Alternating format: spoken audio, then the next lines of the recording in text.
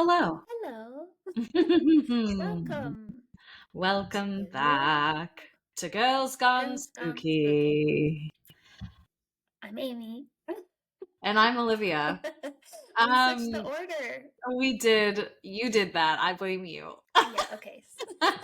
Sorry. No, there's no apology needed. But I do blame you. Know Yeah, that. okay. I Kidding. will carry that with me forever. Yeah, carry that burden. You guys, this is our last. Why did I just slur? I'm not drunk, you guys. You guys, this is the last episode before hiatus.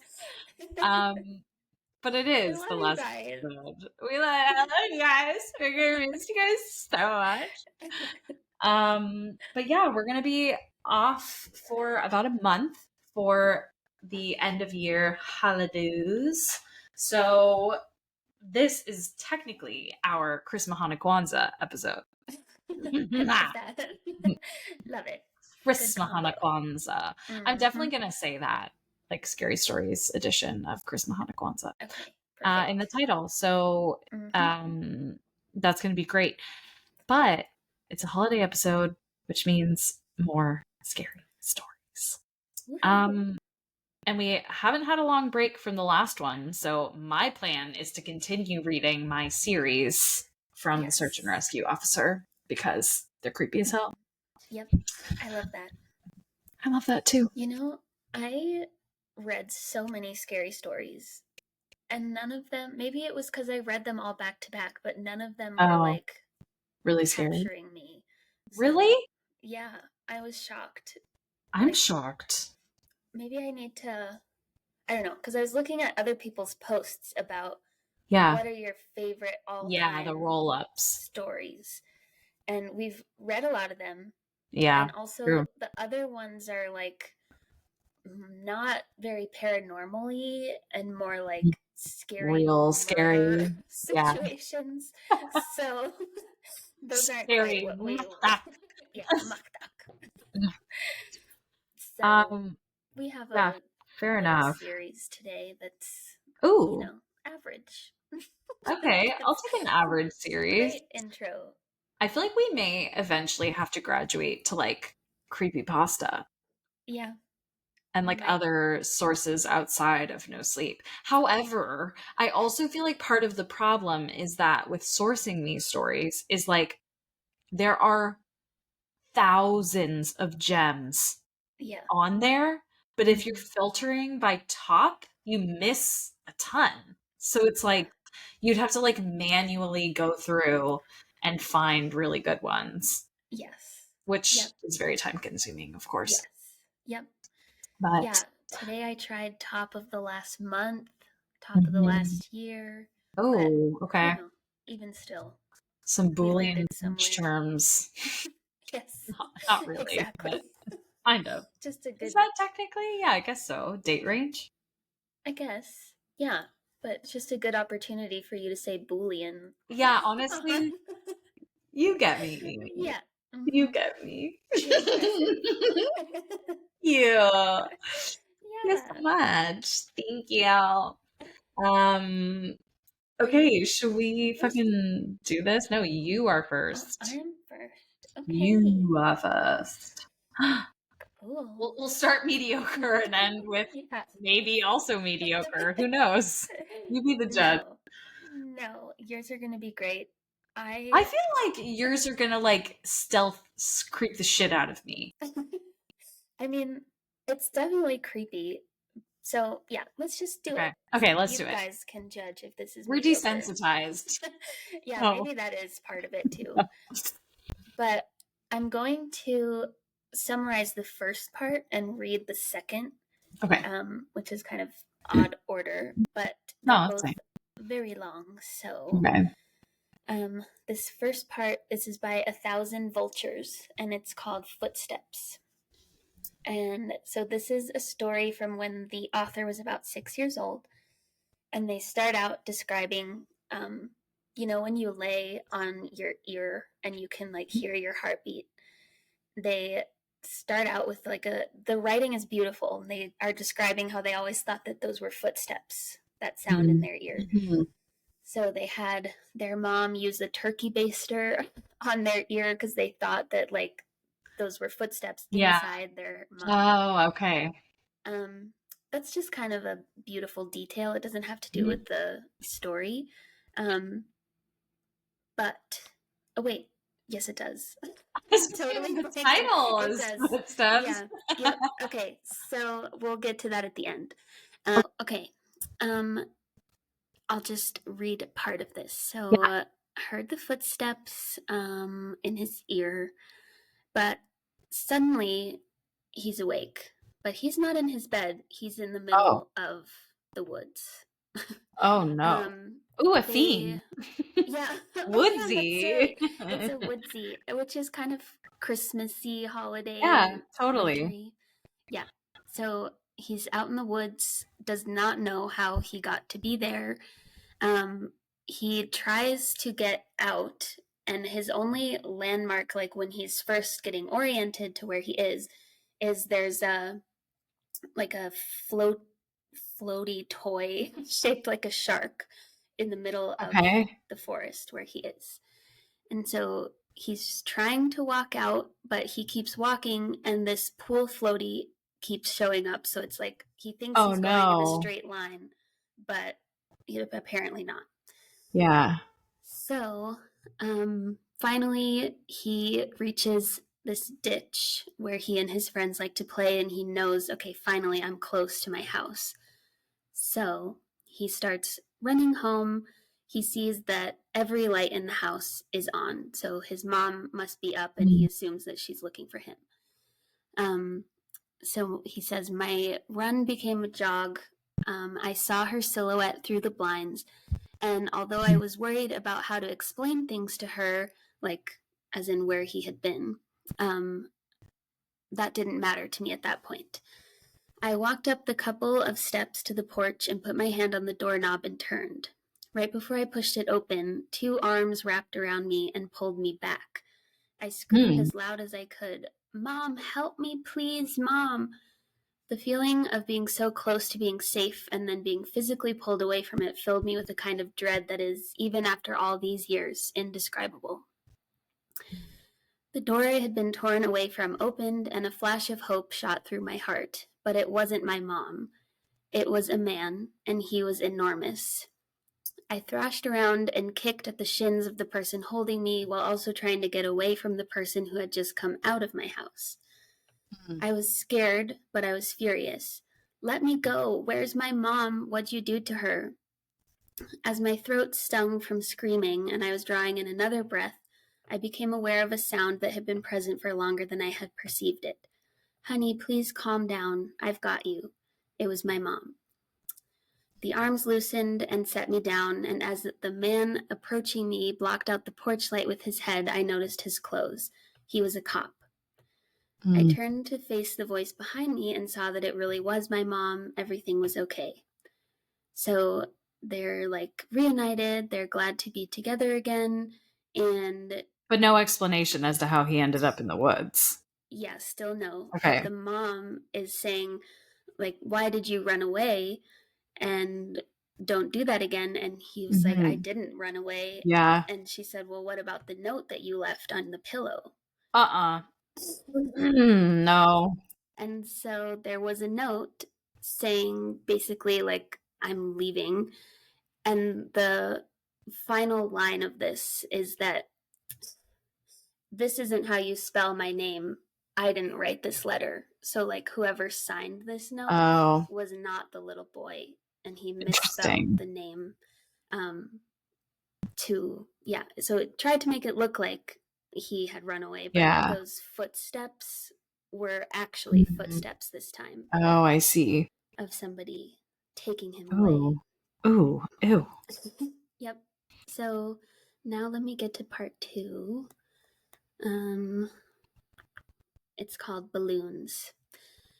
And this person, so all of these, he has a few of these, excuse me, and they're all sort of like one-off stories, so there's not really an explanation for that. Yeah. They do build onto each other, but I see, okay. Yeah, so we're on to balloons. And also, this person, I think, I just saw the headlines. They're like working in Hollywood now, like a movie writer. So it's got like an A24 vibe. Yeah. Like the twist at the end. Yeah. I see it. Yep. So it makes sense. But okay, let's read. So I'm going to probably skim some of this too. But this is another story from when they were 5 or 6 years old. They went to an elementary school that, from what I've come to understand, was really adamant about the importance of learning through activity. So the activity in this case, they were in kindergarten, and it was to like write a letter and attach it to a balloon, and ask that whoever finds that balloon eventually write you back. So like they put $1 on the front for stamps and things like that. That's cute. So let's see, I'll just read that part. You can keep the balloon, but I hope you write me back. That's what he wrote on his balloon. I like Mighty Max, exploring, building forts, swimming, and friends. What do you like? Write me back soon. Here's $1 for the mail. And on the dollar, he wrote 4 stamps right across the front, which my mom said was unnecessary, but I thought it was genius, so I did it. That's cute. Yeah. The teacher took a Polaroid of each of us with our balloons and had us put them in the envelope along with our letter. They also included another letter that I assumed explained the nature of the project and sincere appreciation for anyone's participation in writing back and sending photos of their city or neighborhood. Over the next couple weeks, the letters started to roll in. Most came with pictures of different landmarks, and each time a letter would come in, the teacher would pin the picture on a big wall map we had put up showing where the letter had come from and how far the balloon had traveled. Which sounds like such a fun activity. Yeah, so cute. Yeah. So, their letter was one of the last to arrive. When I came into the classroom, I looked at my desk and once again didn't see any letter waiting for me. But as I sat down, the teacher approached me and handed me an envelope. I must have looked so excited because as I was about to open it, she put her hand on mine to stop me and said, "Please don't be upset."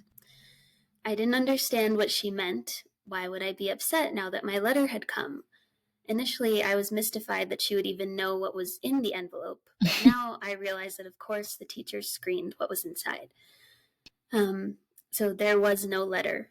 The only thing in the envelope was a Polaroid, but I couldn't really make out what it was. It looked like a patch of desert, but it was too blurry to decipher. It appeared as if the camera had been moved while the picture was being taken. There was no return address, so I couldn't even write back if I wanted to. I was crushed. I already really don't like that. Yeah. Yep. Ew. So letters keep coming in, but eventually everybody stops getting letters, and that was the only one that the writer had gotten. But in the very end of the year, he got another one. And he said, I thought that it made sense I would get another one because there had been nothing but a blurry picture in the first one, so maybe this was to make up for it. But again, there was no letter, just another picture. This one was more distinguishable, but I still didn't understand it. The photograph was angled way up, catching the top corner of a building, and the rest of the image was distorted by a lens flare from the sun.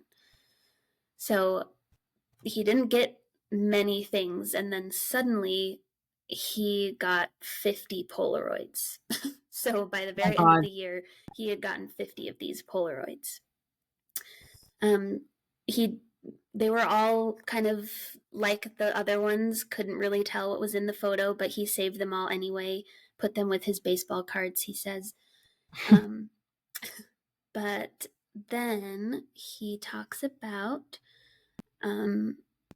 5 weekends later, so after the school year has ended and they've kind of forgotten about things, he and his friend Josh are having a snow cone sale in the neighborhood.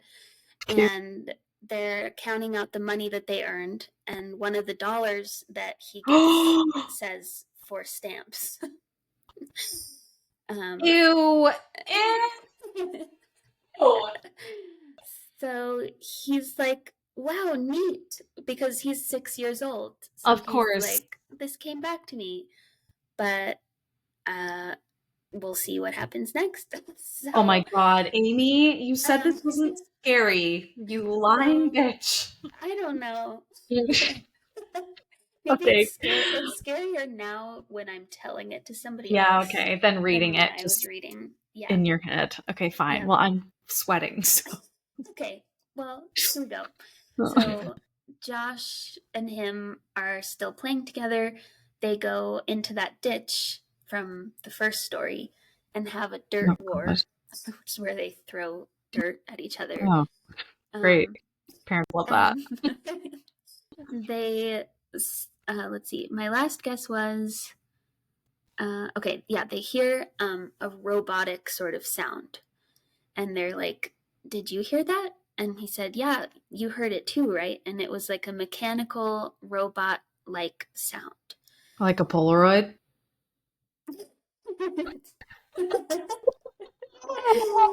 Maybe like a Okay, Polaroid. sorry, keep going. Yeah. So it's let's see. Okay. When we got back, Josh's mom was waiting for him at the kitchen table with my mom. Josh told his mom about the robot, and our moms laughed, and Josh went home. My mom and I ate dinner, and then I went to bed. I didn't stay in bed for long before I crept out and decided that, due to the day's events, I would revisit the envelopes, since now the whole affair seemed much more interesting, because he had gotten that dollar. Yeah. I took the first envelope and set it on the floor and set the blurry desert Polaroid on top. I laid the second envelope right next to it and placed the oddly angled Polaroid of a building's top corner on top, and did this with each picture until they formed a grid that was about 5 by 10. I noticed that the pictures gradually became more decipherable. There was a tree with a bird on it, a speed limit sign, a power line, a group of people walking into some building, and then I saw something that vexed me so powerfully that I can now, as I write this, distinctly remember feeling dizzy and capable of only a single repeating thought. Why am I in this picture? Mm, In this no. photograph of the group of people entering the building, I saw myself holding hands with my mother in the back of the crowd of people. We were at the very edge of the photo, but it was undeniably us. And he's starting to feel fear, and this only intensified because he realized he was in every photo. None of them were close shots. Oh. None of them were only of me, but I was in every single one of them, off to the side, in the back, bottom of the frame. Um, I didn't know what to do. Your mind works in funny ways as a kid, but there was a large part of me that was afraid of getting in trouble simply for still being awake. He was awake past his bedtime doing this. The next day, my mom was off work and spent most of the morning cleaning up around the house. I watched cartoons, I imagine, and waited until I thought it was a good time to show her the Polaroids. When she went out to get the mail, I grabbed a couple of the pictures and put them on the table in front of me as I sat waiting for her to come back in.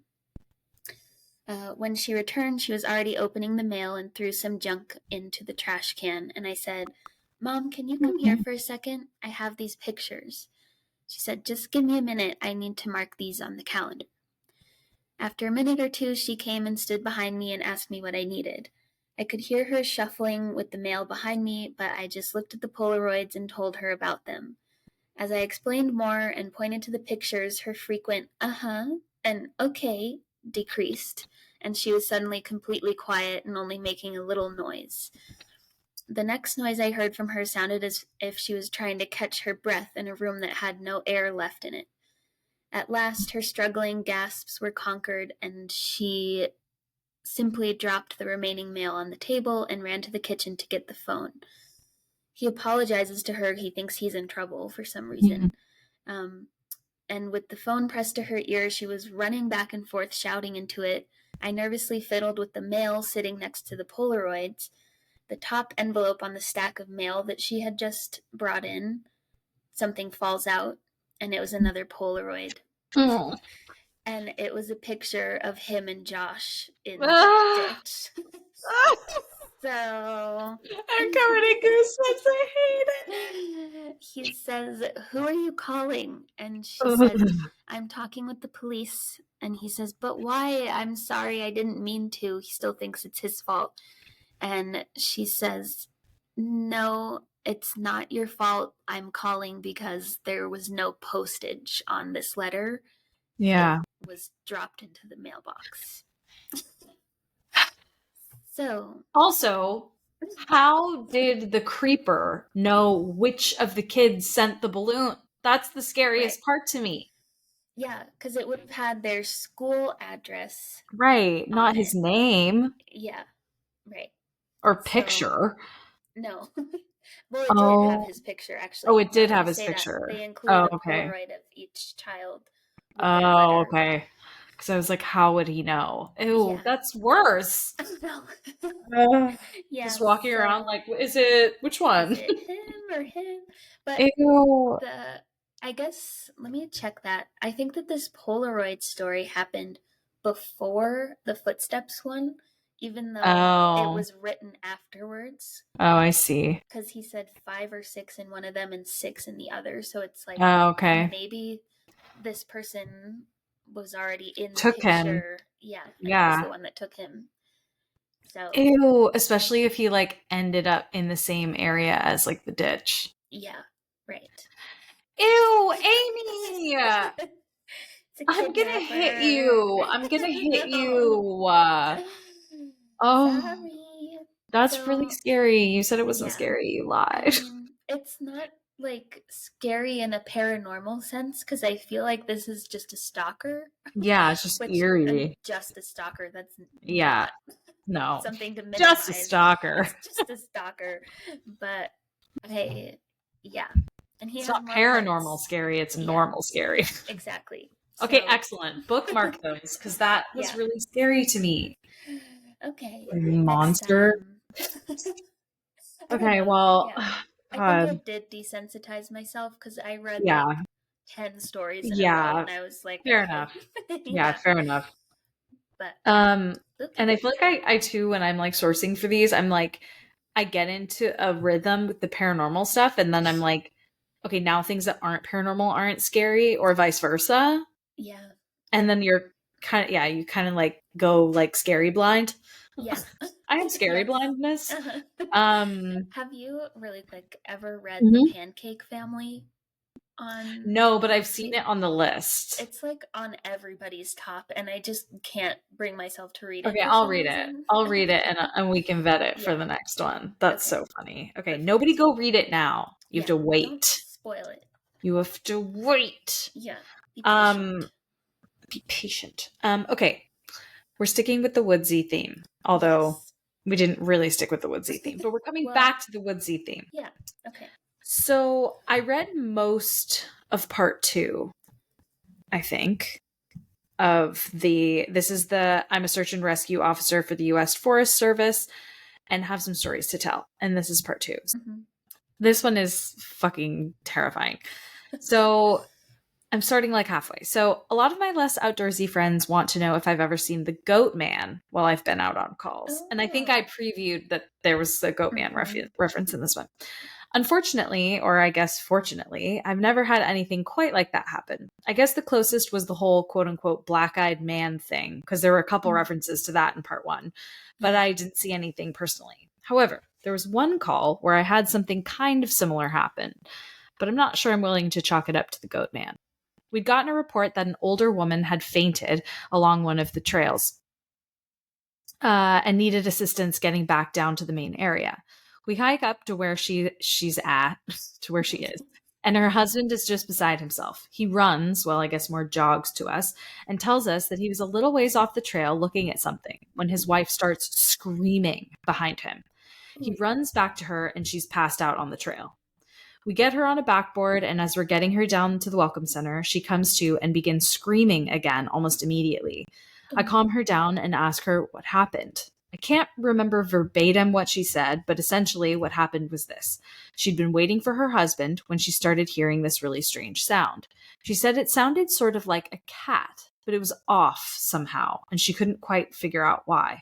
She went a little ahead to try and hear it better, and it sounded like it was coming closer. She said that the closer the sound became, the more uneasy she was, until she was finally figured out what was wrong. I do remember this next part because it was so weird that I don't think I could forget it if I tried. She says, it wasn't a cat. It was a man saying the word meow over and over. Ew. Just Oh no. meow, meow, meow. Ew. That's creepy. But it wasn't a man. It couldn't have been because I've never heard a man make his voice buzz like that. I thought my hearing aid was going out, but it wasn't. I adjusted it and it still sounded all buzzy. It was awful.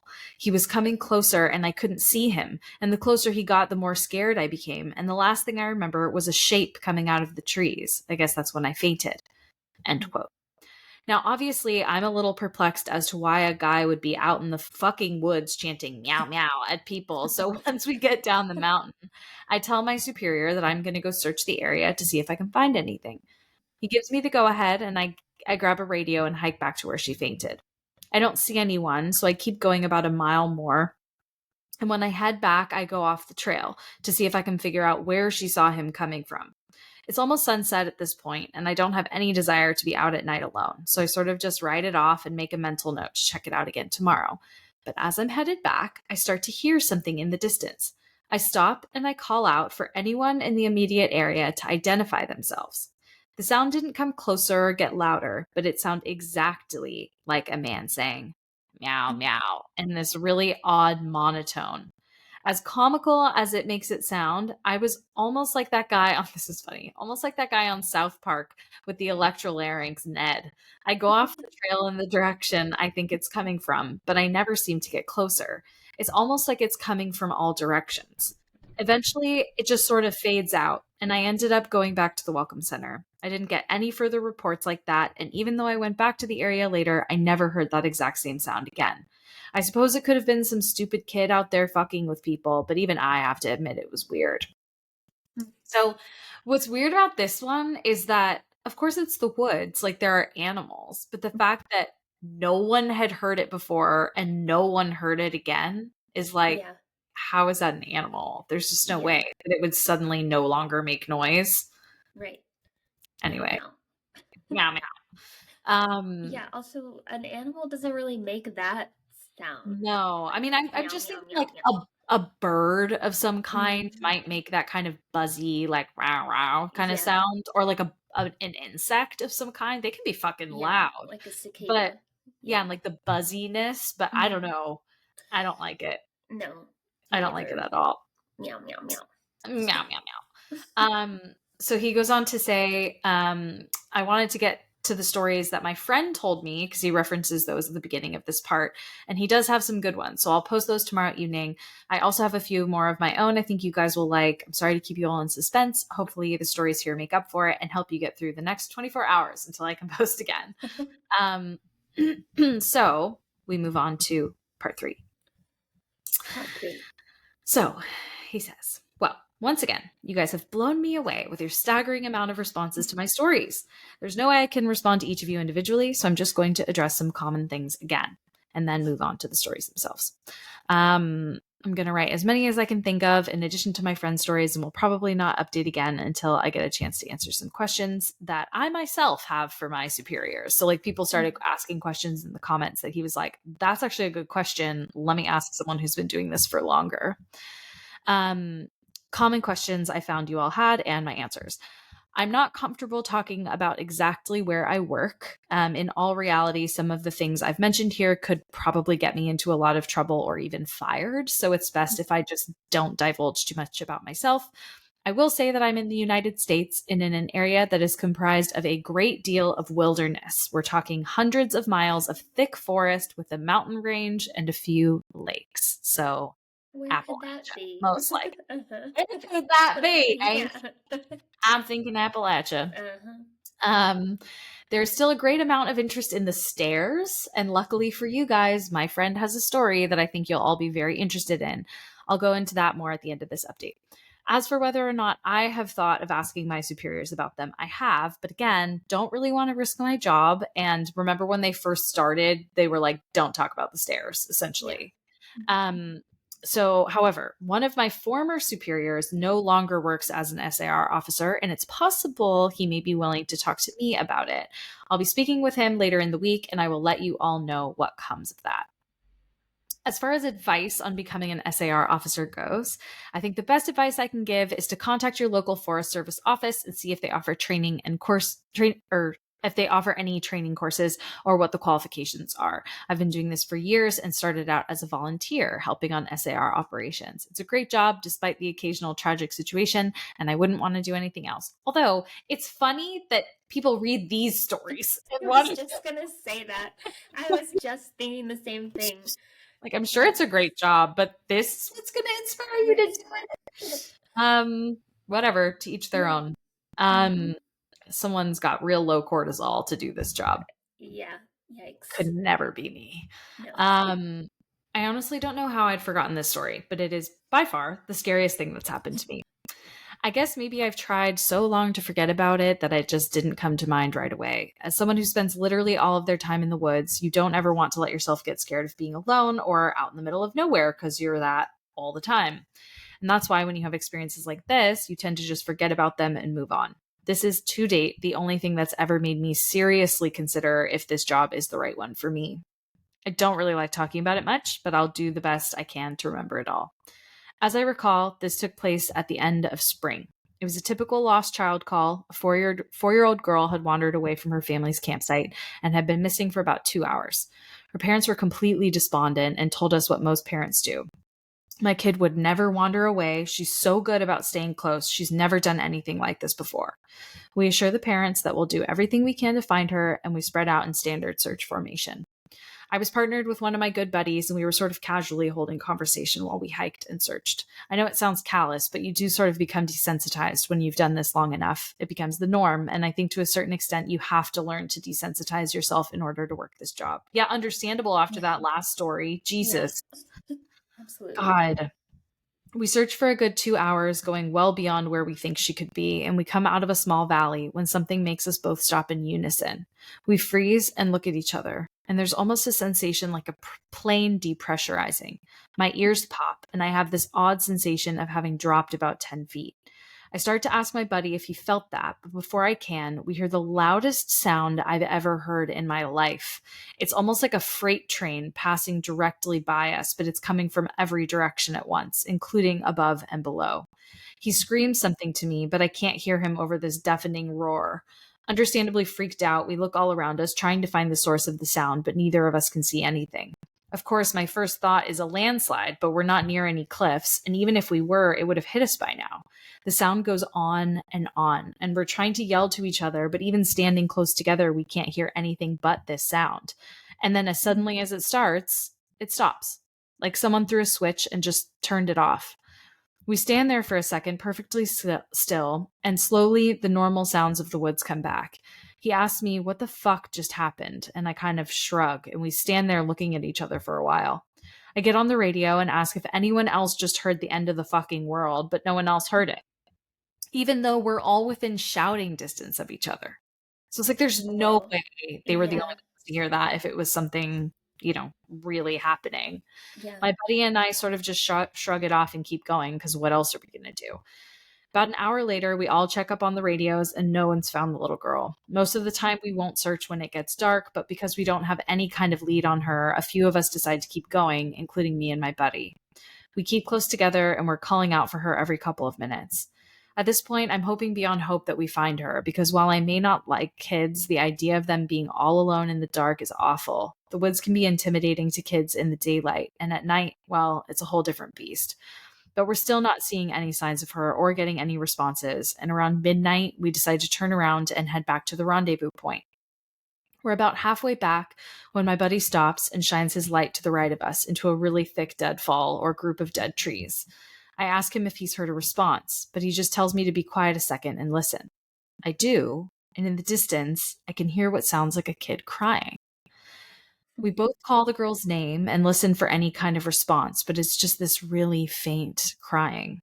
We head in the direction of this deadfall and go around it, calling her name over and over. And as we get closer to the crying, I start getting this really weird feeling in my gut, and I tell my buddy that something isn't right. He tells me he feels the same way, but we can't figure out what it is. We stop where we are and call the girl's name again. And at the same time, we both figure it out. The crying is on a loop. Oh, God. Oh, my God. It's Ew. the same little hitching sob, then a wail, then a quiet hiccup, repeating over and over. It's exactly the same every time, and without saying another word, we both take off running. It's the only time I've ever lost my composure like that, but something about it was so incredibly wrong, and neither of us wanted to stay out there anymore. When we got back to the rendezvous, we asked if anyone else had heard anything strange, but no one else knew what we were talking about. I know it sounds sort of anticlimactic, but that call fucked me up for a long time. That's not anticlimactic. No. As No. a little girl, we never found a trace of her. We kept an eye out for her and all the other people who we've never found, but frankly, I doubt we'll ever find anything. That's so scary. I know. So now on to a couple of the friends' stories. Okay. So he says, I mentioned that you were all interested in stairs and you're in luck. He's had a close encounter with them. Though he doesn't have any explanation for them, he does have a bit more experience than I do. My buddy has been an SAR officer for about 7 years. He started when he was a junior in college, and he had a very similar experience when he first encountered the stairs. His trainer told him almost the same thing mine did, which was to never go near, touch, or ascend them. And for the first year, he did just that. But apparently, his curiosity got the better of him.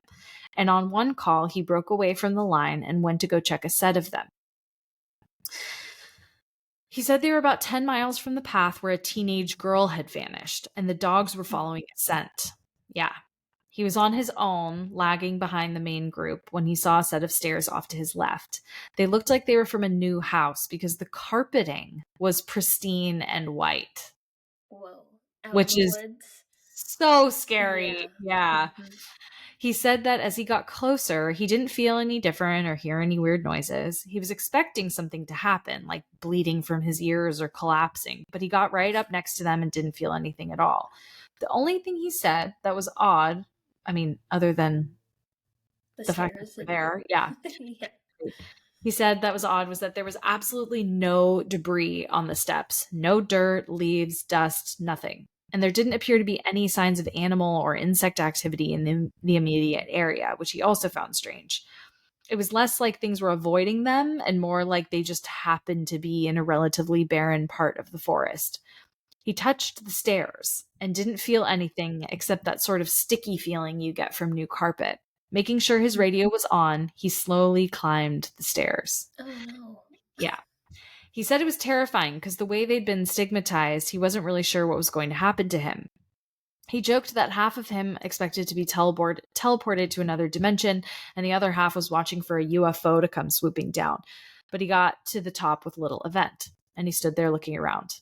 But he said the longer he stood on the top step, the more he felt like he was doing something very, very wrong. He described it as the feeling you'd get if you were in a part of a government building you have no business being in, as if someone was going to come and arrest you or shoot you in the back of the head at any second. He tried to brush it off, but the feeling got stronger and stronger, and that's when he realized that he couldn't hear anything anymore. The sounds of the forest were gone. He couldn't hear his own breathing. It was like some kind of weird, awful tinnitus, but more oppressive. He climbed back down and rejoined the search and didn't mention what he'd done, but he said the weirdest part came later. His trainer was waiting back at the welcome center after the search ended for the day, and he cornered my buddy before he could leave. He said his trainer had this look of intense anger, and he asked what was wrong. You went up them, didn't you? My buddy said it wasn't phrased as a question. He asked how his trainer knew, and the trainer just shook his head. Because we didn't find her. The dogs lost her scent. Oh. Yeah. My buddy asked what that had to do with anything, and the trainer asked how long he'd been on the stairs. My buddy said no longer than a minute.